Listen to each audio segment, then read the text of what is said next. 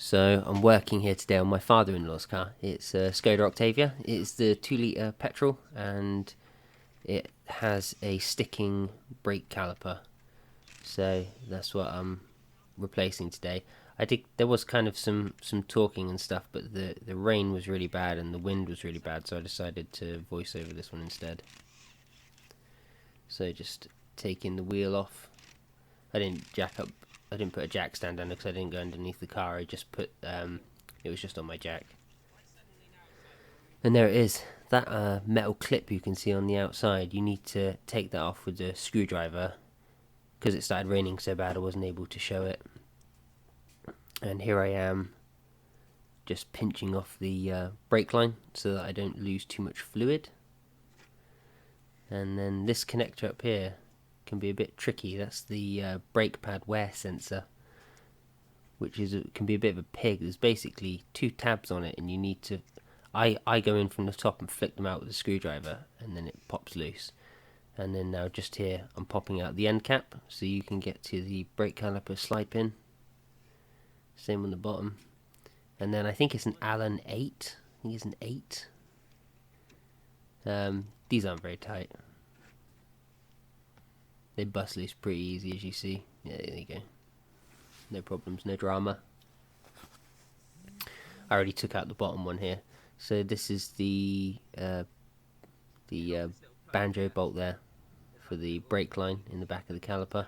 Make sure you got something underneath to catch it. What I do is I put a screwdriver in the back there and I push the slide pins out a little bit more. You just need to be careful you don't damage the threads when you do that. And if you've taken the clip off the outside, like I said earlier, this will just pull off. There you go.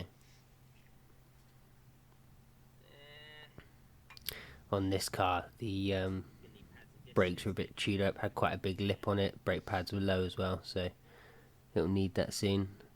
But just while I put it back on and had it off, I thought I might as well grease everything up so there's no nasty noises or anything. You can see here I've got the slide pins greased up as well with the grease that came with the caliper, which is nice.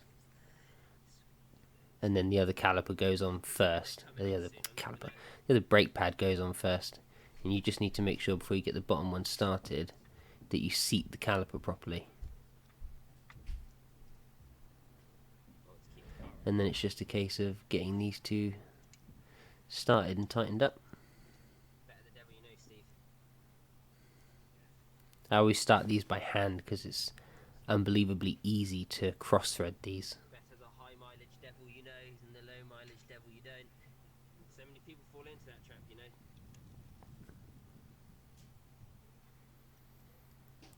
And just tighten this up. I had kind of a little bit of a fail on this part here because I didn't basically put in a new washer because I didn't have one. And you'll see in a minute why that was a fail, because when we turned on the car and it was being assisted, there it is, just sprayed everywhere, all over my camera.